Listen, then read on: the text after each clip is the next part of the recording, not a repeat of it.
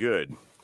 So today we were going to talk a little bit about coaches and how teams are supposed to survive when their coach quits on them after they've won a championship. Barry Trotz of the Stanley Cup champion Washington Capitals said, "I'm out." And he left kind of with one middle finger in the air, I think. Well, I did one, and it seems that if he didn't win the Stanley Cup, they were going to fire him anyway. So right. I think he saw the writing on the wall, and he was like, "I'm just going to ask for the most outrageous stuff to begin with, and if they don't give it to me, I'm out." So on one hand, I go, you know what, Barry, that was kind of a good move. The Caps were going to kind of dick him around. So I applaud Barry Trotz on that one. Yeah, and you and I were talking before about how in hockey, longevity for a coach is not really something that you find. Trotz has been around for years with Washington, and if he gets to ride out on the sunset. By the way, I read the third most wins in NHL history, something like that. Am I right? Yeah. I never even heard of Barry Trotz before, like 4 seasons ago. Well, he was making his bones with Nashville when they became an expansion team and all that, and kind of built that team up. And then it seems like a lot of these guys build up a team and then they get fired because you mean the team a la Buck Showalter? That's the Buck Showalter effect. Buck Showalter, manager of my Orioles, everywhere he goes, the Yankees, the Rays, Texas, he builds them up. Then he leaves. Then they start winning. So is Washington all doom and gloom quickly again now? Oh, why? About their chances for next year? Nobody. They're still on their euphoric Stanley Cup high. So, yeah. But then you know what's going to tap them on the shoulder and go, you know what? Football season is around the corner. So you guys can go back to being as gloom and doom as you can.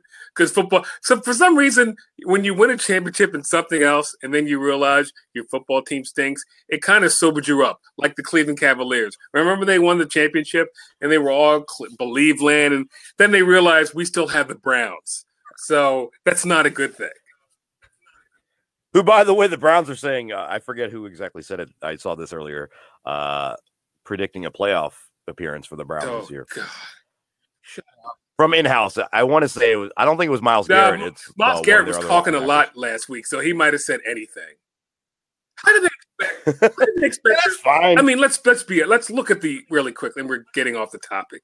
But how do the Browns expect to make the playoffs? You have to beat the Steelers and the Ravens. You're not better than those two teams, and I don't even think you're better than Cincinnati. So how do you expect to make the playoffs? I mean, let's be real. No, I mean those teams would have to have a significant drop off for the Browns to, because they're not getting a wild card. You know what I mean? Like, you have to win the division to get in, and they're not winning the division. But you're right though. Like the way some of these fan bases react, like I mean Washington for what 92 was it 91 92 was 91 last championship. Yep. So, but to give them some hope, I guess, for the hockey fans out there, which I'm not usually all about giving Washington hockey fans hope, but there have been plenty of times where your head coach leaves you after winning a championship and you can still repeat as champions. It's happened in several sports. But were they and again, I'm not even pretending to be a hockey fan. Were they the odds-on best team in the NHL this year? Or do they just get No. I mean, if you were ranking them going into the season and even going into the playoffs, they probably would have been, by most accounts, like the 7th, 8th best team. Oh. So they turned it on when they needed to. And then maybe it's because they love their coach, because they definitely seem to really love this guy. And maybe they knew, like, hey, they've been with this guy for years.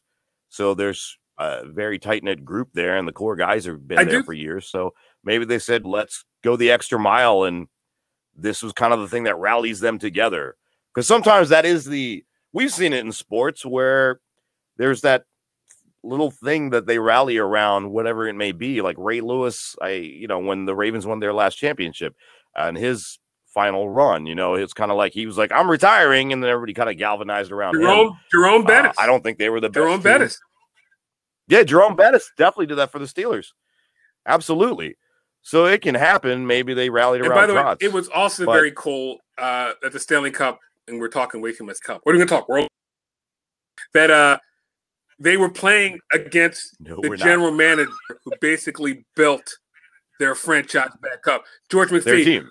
George McPhee, by the way, can I tell a quick George McPhee story? And this is so when I worked in DC, George McPhee was a frequent guest on my show. And I don't know if you've ever heard George McPhee talk, but he's very stoic. He doesn't raise his voice. He's like an Undertaker.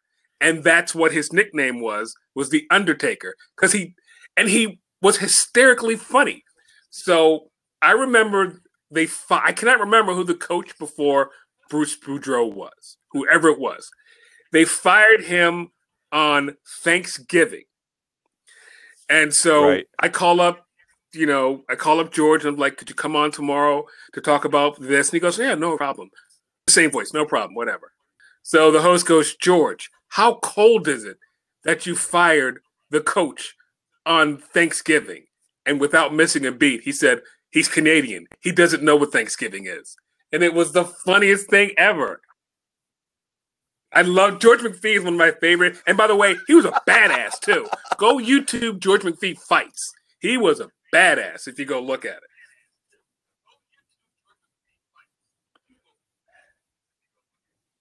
Yeah, and it's weird because I would normally never watch something like this, but I watched the expansion draft for Vegas because I was very curious to see where my boy Marc-Andre Fleury, if he was definitely, I was kind of in denial. I knew Vegas was going to take him, and my brain said, that's happening. And my heart said, well, maybe he'll stay in Pittsburgh. But McPhee was very entertaining because it's an expansion draft, right? So you're dealing with one team picking some players that weren't protected. Some of them were basically on the scrap heap, right? So how good of a television product could that be? Well, I'll tell you, it was actually a lot better than I expected because George McPhee is entertaining in his own way. He doesn't, I'm with you on that. Doesn't raise his voice. He literally talks like an Undertaker. But I watched I YouTubed, it was a fight between, he was on the Rangers. I can't remember who he was fighting. And I was like, I can't believe that's George McPhee throwing hands like he did. It was incredible.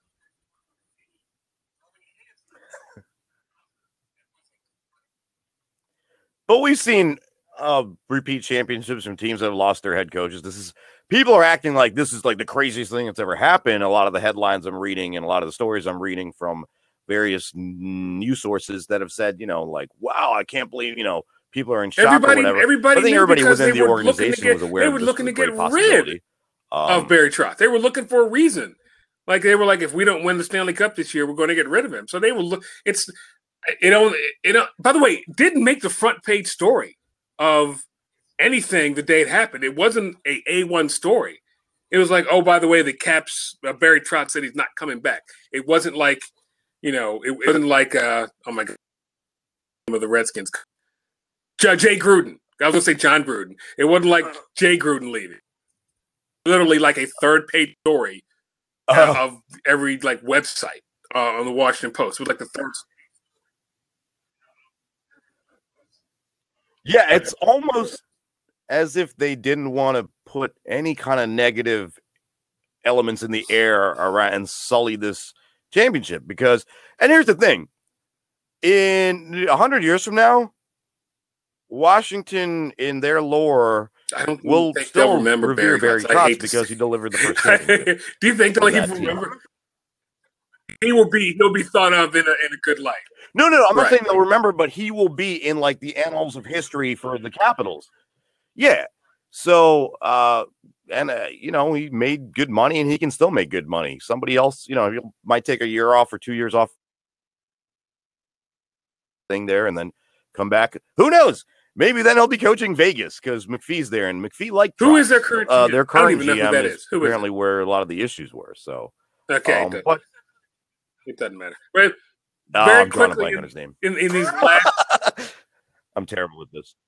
No, but we've seen it repeats happen. We watched the 49ers. Bill Walsh retired, had George Seifert, their defensive coordinator. They still won a championship the following year. So that was Super Bowls 23 and 24. The Penguins did it in 91 with Bob Johnson, and then he was gone. And some guy named Scotty Bowman came in and helped them repeat. Well, so Bowman, again, of course, being one of it happens. Why is it? It happens more frequently. Oh, wait a minute. Let me take that back. This year, I believe, was it Spain or Portugal fired their coach days before the World Cup.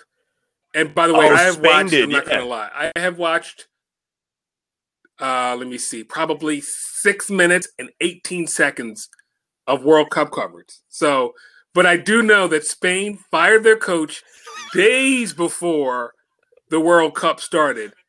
And that was like met with, oh my God, this is the worst thing ever.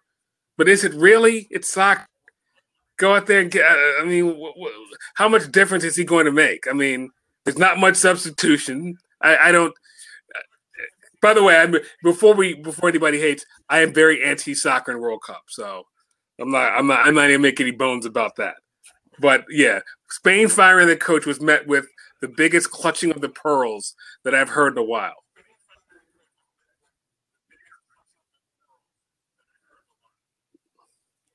Yeah, I guess it's the biggest event in that sport. And one of the biggest sporting events in the world, period. Americans have to realize. Trevor Noah was talking to Jerry Seinfeld, and he said, Jerry Seinfeld said, let's take the greatest athletes from your football and my football. And Trevor Noah goes, wait a minute. We could have a friendly between two teams that would attract 80 billion people. Your Super Bowl only gets like 30 million. So that would make my football the biggest football in the world, which is very true. Soccer is bigger than the NFL. I wish we would realize that. Yeah. No, it's absolutely true. So yeah, no, but Caps fans, you might actually and again, be okay just next year. Keep drinking. You've won a championship, players, right? Even though I did make the joke. Winning the Stanley Cup was one step up from winning the MLS Cup, to which that was met with a lot of hate, but it was a joke.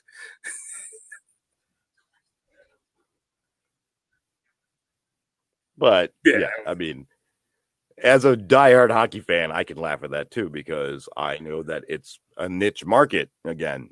So, well, yeah. So there you